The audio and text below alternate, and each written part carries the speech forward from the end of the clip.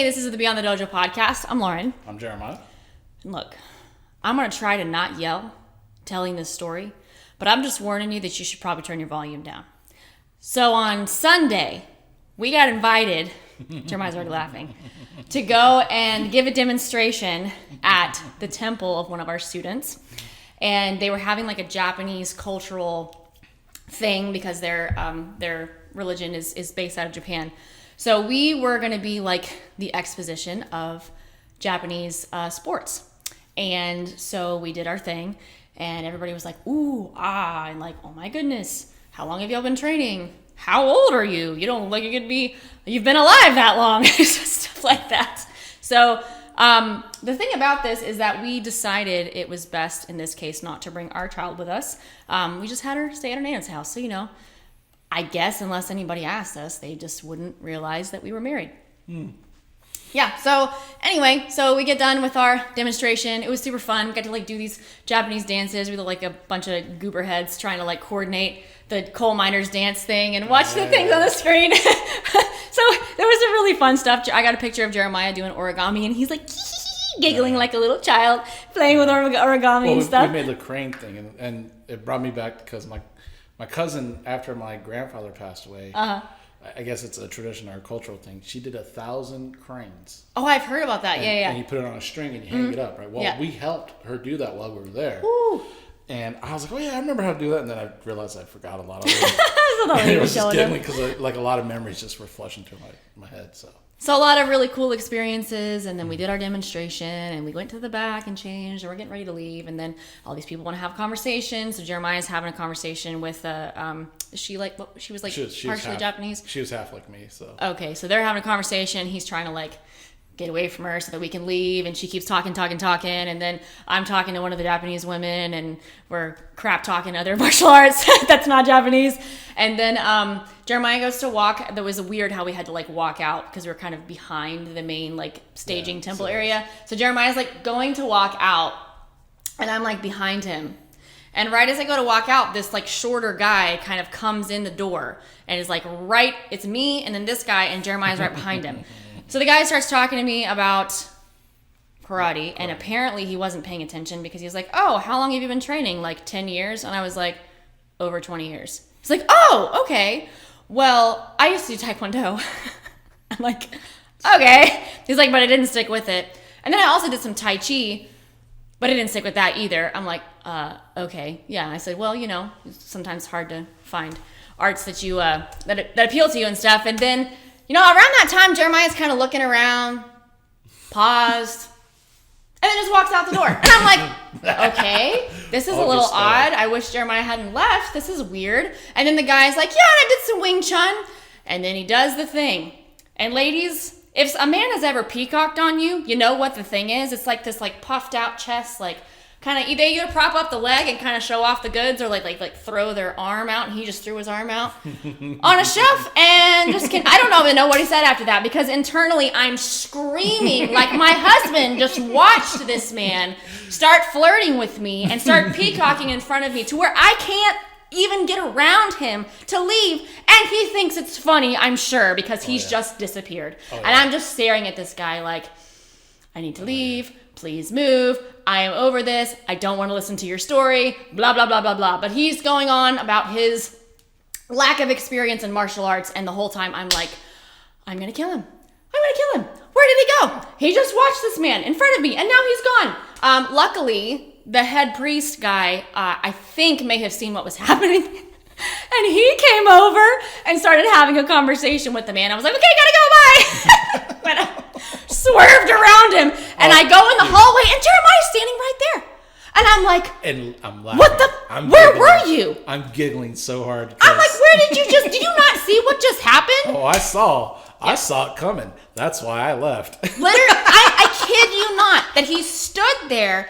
He looked right over our heads, because we're both kind of short, and Jeremiah's 6 feet tall. Looked over both of our heads, thought for a second, and then walked right out the door. I'm like, it's great. Are you kidding me? It was Where are you going? It was the best. Yelling. It was the best. It's not funny. Oh, it was not funny. This has happened before. Oh, yeah. That's why it's not funny. Oh, yeah. But it happened before we were ever dating, and basically the same thing happened.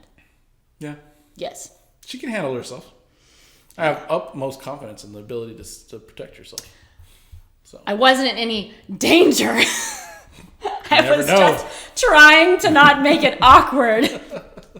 I should have been like, oh yeah, my husband was just standing behind you. We actually need to go pick up our daughter. Will you please move?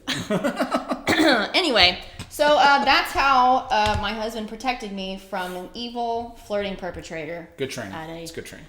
Yeah, great training. Good training. So anyway. I mean, if you couldn't have seen that coming, Lord have mercy, I feel bad for you. Because I saw it coming. That's why I looked up, thought about it, and left. Well, so we had some interactions with a couple of guys. Well, not necessarily interactions. There were some people there who I don't think they were as interested in the religious part of the group. They were more so interested in the Japanese culture part, and they wanted to make sure everybody knew that they knew stuff about Japanese culture.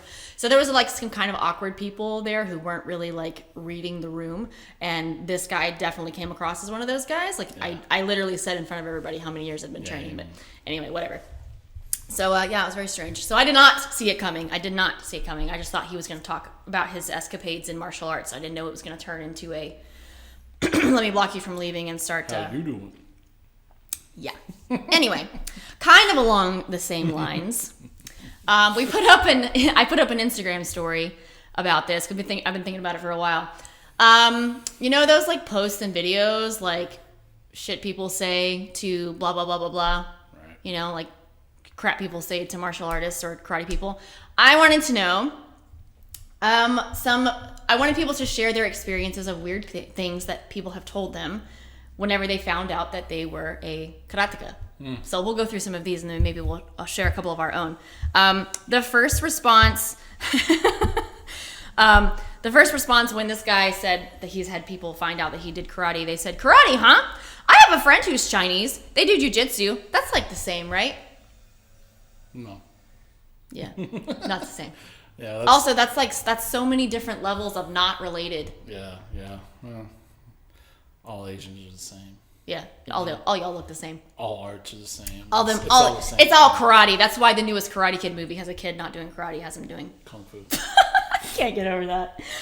Well, have you had that before where people like start talking about like unrelated martial arts or whatever whenever you start talking about I do karate. I usually just check out because it's more about what they want to say, not about the interaction. So I'm just like, I do the very Japanese thing. Oh, okay. Mm-hmm. Yeah. Mm-hmm. Well, what was even funnier about the interaction with the guy was right before that, the Japanese woman in the kitchen and I were talking about, traditional Japanese arts and karate and all that kind of stuff. And she's like, yeah, I hear of a lot of people doing, and this is no offense to people who do Taekwondo, but this is the stigma. She's like, I hear of a lot of people doing Taekwondo. And I can't really figure out why it's so popular. I said, well, I think some of them have more resources to market and all that kind of stuff. She's like, yeah. Well, I also think it's because it seems like they can get to black belt a whole lot faster in Taekwondo. Now, she said this. I didn't say that. And I said, sometimes, yeah. And then literally right after that, the guy comes through the door and said that he did Taekwondo. And I was like, oh, okay, yeah. Yeah, basically. Yeah. And I said, oh, so you must, what I had said to him too, I was like, oh, so you must have seen some similarities between what we do and what you guys did. He's like, not really. I mean, maybe a little bit. I'm like, okay, well, they're kind of derived from the same source, but whatever. Exactly. But usually there's like my friend did Taekwondo. Or my grandson or granddaughter is 5th degree black belt in Taekwondo. Oh, yeah. Those kind of things, especially in this area when you're talking to, a bunch of older people. So. Remember when we went to the Fall Fest and the lady came up and she was like, well, my husband is a 9th degree black belt in blah, blah, blah, blah, karate. Maybe it was supposedly Shotokan. I don't know. And she's like, he's so wonderful and blah, blah, blah. And I'm like, he sounds like he's a 9th degree black belt and sitting on his behind, not actually doing anything. Yeah. And he was so amazing. But that's usually how that goes, is like, I have a relative who knows some karachi or something else. Yeah. Get a lot of those. Yep. Let's see. Oh, this is actually from one of our students. So when people find out that he does karate, they say, aren't you too old for that? That bothers me because... That annoys the crap out of me. Yeah, because only in the States do people relate karate to a youth activity. Mm-hmm. Like in Japan, it's very normal for adults and elderly to start karate and do it on their entire life. And it's also normal for the kids to do it there too, but it's not considered like only for kids. Only for kids. It's not geared for only for kids either, you know? And it just bothers me. It's weird how the Western, or at least the American eye, looks at it and goes, "Oh, it's only for kids." Mm-hmm.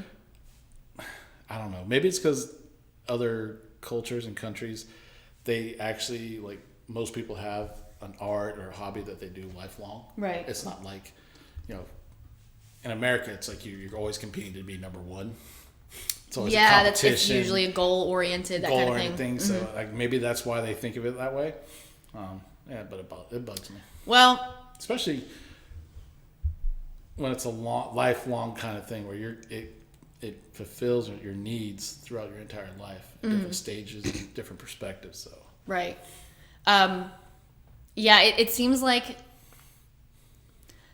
people either think, well, that's just for kids and I'm an adult and I'm not going to do that. Right. And, like, it's funny because we'll have interactions with, like, parents or grandparents or people coming in the door, and they're like, they'll talk about our karate classes and stuff, and they're like, "Oh, you teach adults?" And we're like, yeah, that's who karate's technically for. And right. I'm like, we can teach kids, and we do teach kids because it's super helpful for children, but also, yes, we teach adults because it's mostly for them. And they also get shocked that we actually train.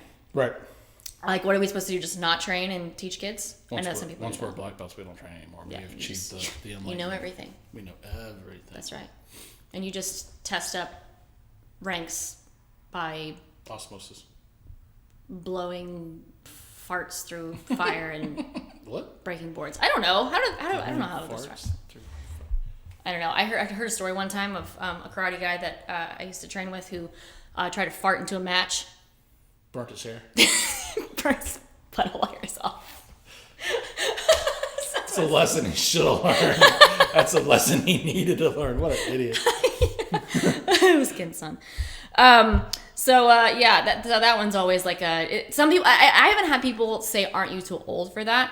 But they definitely insinuate like that they didn't realize that adults could do karate because, like you said, it's just not in the culture. Adults do CrossFit, and right, fitness, and jiu-jitsu, I guess. Which honestly, jiu-jitsu is in from what we know, not really that great for adults. Yeah, when I hear that comment, I cry inside. I literally cry inside. I'm like, oh man. Yeah. But. The next one is usually some sort of Karate Kid reference. Yeah, I got that a lot because I started in 80. Good Lord, forgive me. 87, mm-hmm. And that's right after the Karate Kid phase. I was part of that generation that jumped into karate classes because of the movie. Mm-hmm. So all my uncles on my father's side, the American side, just they thought it was the crane kick and hot chop and all that. Yeah, until I beat their kids up. Yeah. So, well, you'd have done that even when you didn't do karate. So. Yeah, I was kind of violent. So. Same. Just it is what it is. Before I got to the dojo, I was beating up my adopted brother with 14-ounce boxing gloves. So. Yeah. No, my mom made me wait 5 years to start karate. Yeah. She made me, because her friends' kids were doing it in Japan. Mm. And I was like, I want to do that. And she was like, no. And then 5 years later, I'm still asking to do it. So she finally gave in. Mm-hmm. And then, it was right after Karate Kid. So it got worse when Karate Kid came out. I was like, I got to read. And she finally did it. And then we moved back to Japan. That was like, I think part of the problem was that she didn't trust Americans teaching Japanese karate. Yeah, that sounds really racist, but... Not really. I mean... It is what it is. Yeah. Just concerns about... So, like, the very first thing we did when we moved back to Japan was, I think, once we got over, like, jet lag, like 3 or 4 days, she had already taken me to the city, Budokan, and already got me enrolled. I mean, I had my karate gi in my travel bag. Because she already was like, just put it in there, But when you were in Japan, you didn't get those kind of comments from people, did you? Like about Karate Kid stuff? No. You do karate? No. Like from the military base or anything? Nah, those kids, because, on the see, what's the crazy thing is on base, there was 2 different dojos. And there was a Taekwondo dojo and the main gym. Mm-hmm. And then there was a Kempo dojo in the older youth center. Mm-hmm. And they both had like classes full. Mm-hmm. My mom was like, we're not living in Japan learning a Korean art. She was like, you're going to learn Japanese art from a Japanese person. Right. So, I wasn't the first American to join the dojo, the city dojo, but I was the first American in a very long time. So it was a unique experience. Yeah. Okay. So I didn't get crap for... But in the States, you got the Karate Kid stuff. I got the Karate Kid stuff, but like in Japan, all the Japanese kids would make fun of me because I was gaijin. And I was bigger than them. So... Yeah.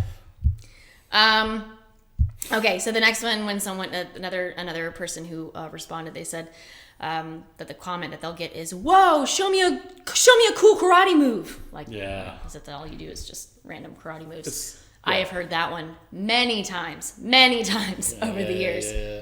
Or, if you know a different language, like, say something in Spanish or say something in Japanese. Showcase your talents right here in front of everyone. Sing me a song. My sister and I used to joke and say, we should cuss them out and then tell them that we just said, hi, your name is. That's right. Yeah. So it's awkward. What's funny is when I was growing up, our sensei, for whatever reason, was pretty adamant, like that you don't tell people that you do karate. And the main reason was because he was concerned, and he rightfully so, he was concerned that if we told people that we train a martial art, that it would turn into like a threat, like bullying kind of thing. Like, oh, you know karate? Show me some of your moves. Let's fight. Whatever. Like, he didn't want it to turn into something that escalated to that point. And I think he was honestly very wise in that. And so it was beaten into my head that you don't talk about it. So I really didn't talk about it at all. I didn't talk about it at home. I didn't talk about it at school. I just went and trained, really enjoyed it. It was my thing. So it was very rare that I ever even brought up in front of my friends anything about karate unless I was just saying, hey, I have to go to my karate class or whatever. That's when usually it would come up. And honestly, like all throughout grade school, high school, whatever, if you brought it up in front of somebody, that was usually the go-to thing. Like, you know karate? Show me some of your moves. Or they would say something like, can you beat him up? Can you beat me up? Can you beat them up? That was another recurring one. And I'd be like, maybe. I don't know. Yeah, I never got to show me the moves or hit him or that. Mm-hmm. It was always... Punch me right here. Yeah, no, not even that. Normally I'd be like, oh, wow, okay. And just kind of look at me weird, I guess they figured that karate was for, like, small people. I guess. Like, smaller in stature, and I was just a big kid. I was always, like, taller. Punch me right here, Jeremiah. Yeah. And, can you beat him up? And I did have a little bit of a rep, so... There you go. Another person said, it says this is someone who got a second dan at a McDojo after 2.5 years, and they said to him, "You're only a first dan?" After he's been training for 6 years. Yeah. He didn't specify what kind of McDojo, like what style of art. He just said it was a McDojo. Yeah, the slang word. God, 2.5 years at a Nidan level? Bro, it was. You know what? I had that happen to me. We're in Ocala. We just opened up the dojo, and I got a call and said, "Hey, I'm interested in classes. I want to know what's the rank of the teachers." I'm like, "Oh, I'm a Sandan." "Oh yeah," and he said, "I'm a Goldan in Taekwondo." He goes, "Oh, you must not have been training very long." He said that to you? Yeah, and I thought to myself, I was training for a very long time, and I was just like, I really don't want this person to come to my dojo. Yeah, and that's the awkward part too. Is like we try to honor people's backgrounds, and if you come in with a particular rank, then we just say that's we can honor that rank until you achieve that rank in our dojo. Yeah, basically. It may take a lot longer for you to get to whatever that rank was in our dojo than it did in your previous one, but if you choose to keep the same rank, then we help you keep it. It is a little bit more awkward though if somebody comes in and they're like a X level black belt in whatever style, and they supposedly outrank the teachers. We're like, all right.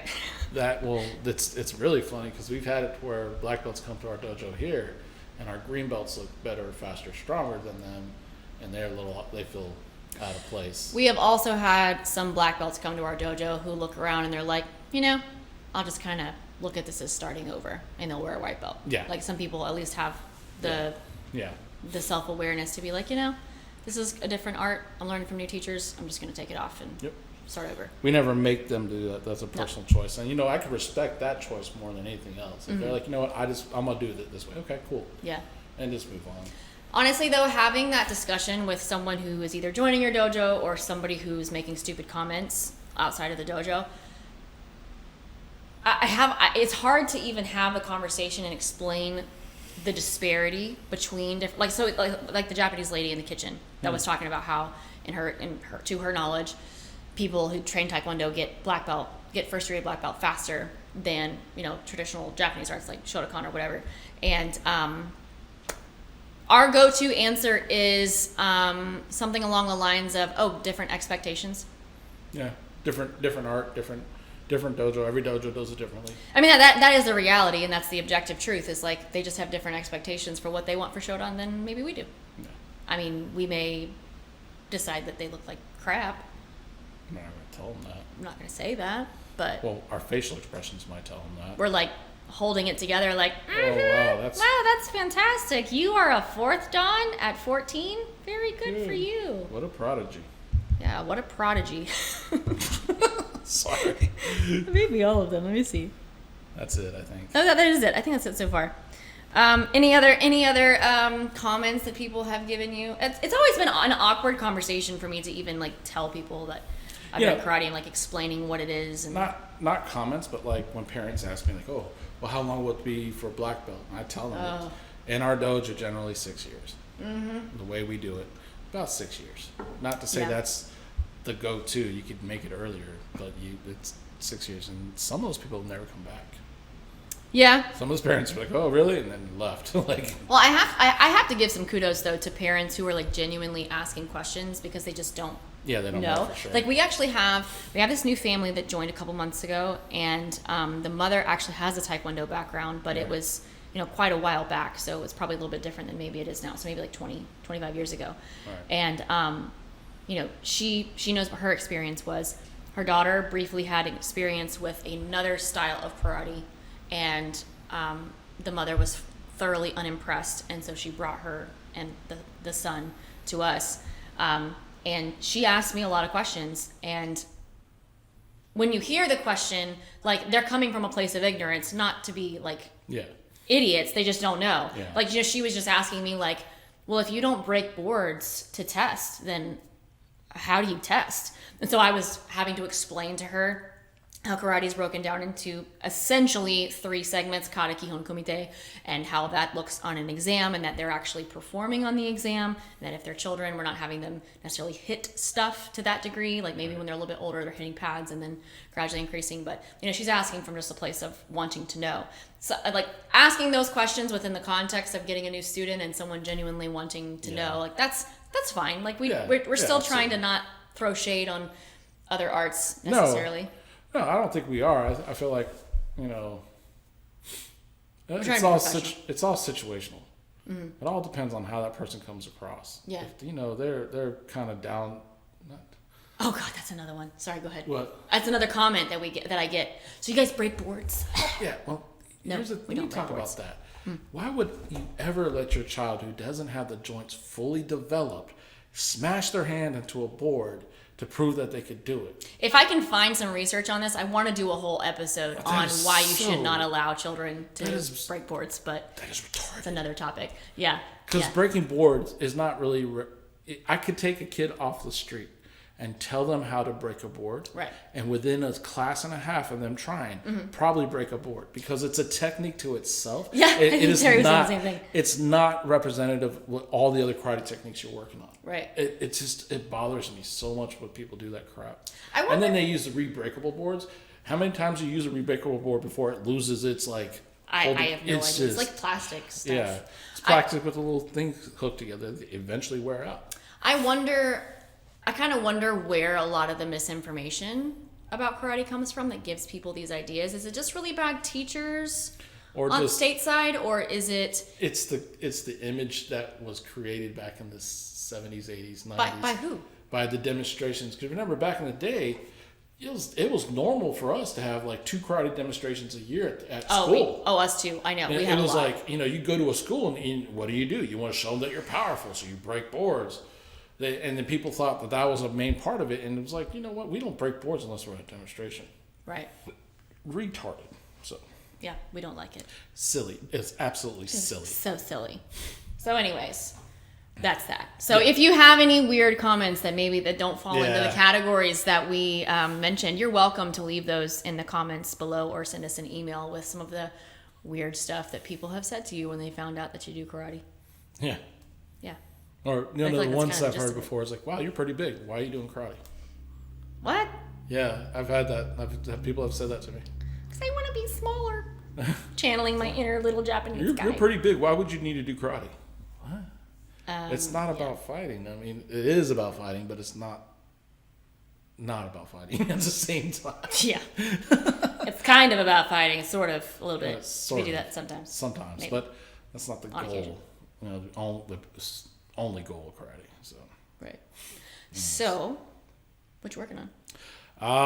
We got a test coming up, and in like a week and a half. Yeah. And the guys in the black belt class told me I'm rushing through my katas too much, and I'm afraid because we have to do 2 katas, our choice kata, then a kata out of the syllabus group, and I'm afraid that I'm gonna lose my breath on the second kata, because then I was told I was rushing too much. So I've been working on slowing the kata down in the sense of timing in between techniques without losing the grouping. So, and today was pretty good. Today was a good day. I was able to get through the longest kata that it's on the syllabus and my kata without losing my mojo. So, what are you working on? Well, first I was working on my knee not hurting, because it feels like over the past week and a half, almost every overuse injury that I have had over the past 10 years has reared its head. I was practicing Chinte a week and a half ago, and transitioning from Fudodachi to Zenkuzodachi, I caught my heel and twisted my knee, and I think I may have like kind of sprained my meniscus, but it's feeling a lot better, so hopefully that's good. But still working through katas, just making sure I'm not gonna like have a brain fart. It is quite amazing how hard it is to remember things after pregnancy. You really do lose some fatty cells in your brain when you give birth and breastfeed and stuff. But yesterday we were working on, it was my night to train in the black belt class, and Jeremiah took the kid home. So we worked on sparring stuff because that's my weak area. So hopefully I don't get clobbered on the exam. But we were working on strategy stuff, and like one of the guys was like, well, you should go in with a plan. And the other guy was like, well, no, you should not go in with a plan. And the other one was like, well, I like to not initiate. Like trying to take everything in. It was all very helpful, just different perspectives. But we worked on a couple of strategies as far as like keeping good distance, trying not to rock back on your heels and like run away. We worked on, anytime my face got red, they were like, oh my gosh, she's getting winded. I'm like, no, I'm just pale. And so I get red whenever I exert energy. But we worked on a few things. But I think the biggest concern that I have is like anybody who's my size that I spar with in this dojo is much lower rank and has less experience. So anybody who does have as much experience is a giant and male. So very different experience. So it makes you think, oh, I have an advantage because I spar against bigger people. I'm not so sure about that. I feel like you got to have a variety to know what to do differently. So I'm not 100% sure how it's going to go. But anyway, we worked on sparring stuff. Obviously, that's the most part I'm the most nervous about. So yeah, so I'm trying to not get killed. Yeah, I think they're probably going to give me some college kid, and I'm going to be like, hold on, give me a second. Listen, there's video evidence that that's not the case. Once the switch is flipped in a sense, and once you calm down and not overanalyze everything, you'll do fine. It's just a matter of like having the confidence that that's going to happen. I'm not saying you'll see red and you'll be fine. It's not that at all. It's just once you're able to judge the person in front of you and realize that they're just as nervous or scared as you are, it's all good. Things happen. The last couple of... Because remember, I've seen you spar in tournaments and get really mad and punch somebody in the face. Knocks people silly I clocked a girl one time. No. Well, she hit you after she hit you after the Yame. Yeah. Like it was obvious Yame. Bam! So I tried to break her jaw. Yeah, so it's all Sorry. good. That's not very Budo of me. What I also know is that we practice techniques enough that you're going to be able to move just fine. You're going to have the principles down pat, and you'll react faster than you expect. It's just... He's so encouraging. Thanks, dear. Let's hope I don't embarrass myself.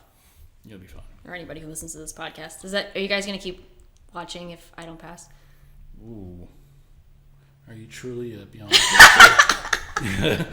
Are you a real fan if you don't continue listening? You don't listen to us after we failures? fail our Yondan exam? We're failures. And we'll do a podcast episode on how to fail your Yondan exam. Oh, does that mean we have to now? Is that way we put it out? How to fail your Yondan exam? No, like put a podcast on the fact that we failed and how to fail it. If we do fail. If we do fail, that's what we'll do. We should probably still do an episode on that even. Gosh, that sounds so cocky though. Sounds like we're so confident that we're not going to. We shouldn't go into it thinking we're going to fail though. Yeah, but we shouldn't go in there thinking like we got it. I didn't say that. Oh, okay. I said I hope I don't fail. Okay. Okay, anyway, thanks for listening. Bye.